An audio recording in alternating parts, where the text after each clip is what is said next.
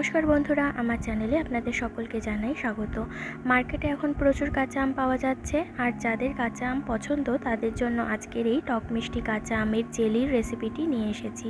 তাহলে চলুন দেরি না করে দেখে নিই আজকের রেসিপিটি। জেলি বানানোর জন্য এখানে আমি 3টে বড় সাইজের আম নিয়েছি। এবার আমগুলোর খোসা ছাড়িয়ে টুকরো করে কেটে নেব, আর ভেতরের আটিটাও ফেলে দেবো।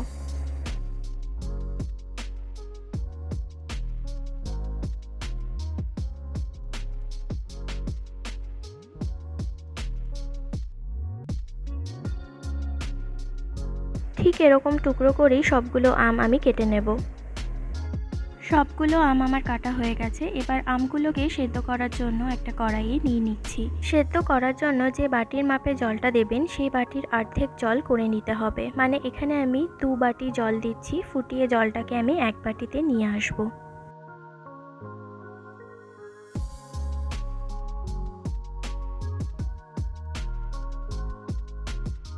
আমটা সেদ্ধ হয়ে যাবার পর আমগুলোকে আলাদা করে হাতা দিয়ে তুলে নিচ্ছি।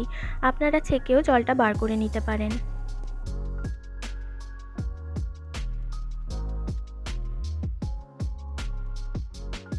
আমটাকে তুলে নিয়ে জলটা বার করে নিয়েছি। আমের পুরো ফ্লেভারটা জলের মধ্যে চলে এসছে। এবার এই জলটাকে ফুটিয়ে নিয়ে এর মধ্যে আমি চিনিটা অ্যাড করব।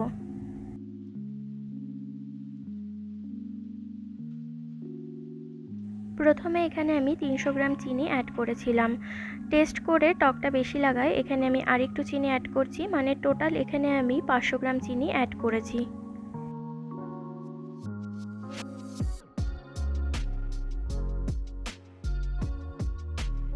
এবার এই জলটাকে খুব ভালোভাবে ফুটিয়ে নিতে হবে যতক্ষণ না এটা অর্ধেক হয়ে চটচটে হয়ে আসছে। সামান্য সবুজ ফুড কালার এর মধ্যে অ্যাড করছি কাঁচা আমের কালারটা আনার জন্য। আপনারা চাইলে নাও দিতে পারেন।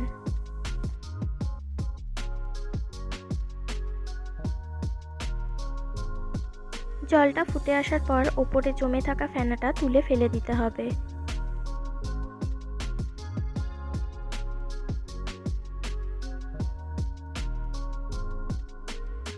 জলটা কমে ঘন হয়ে এসছে। এবার হাত দিয়ে দেখে নিচ্ছি কতটা চটচটে হয়েছে।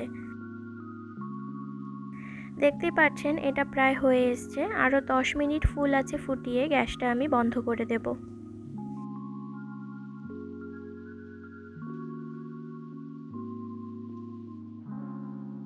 এবার এটাকে হালকা ঠান্ডা করে নিয়ে কাচের বোতলে আমি ঢেলে নিচ্ছি।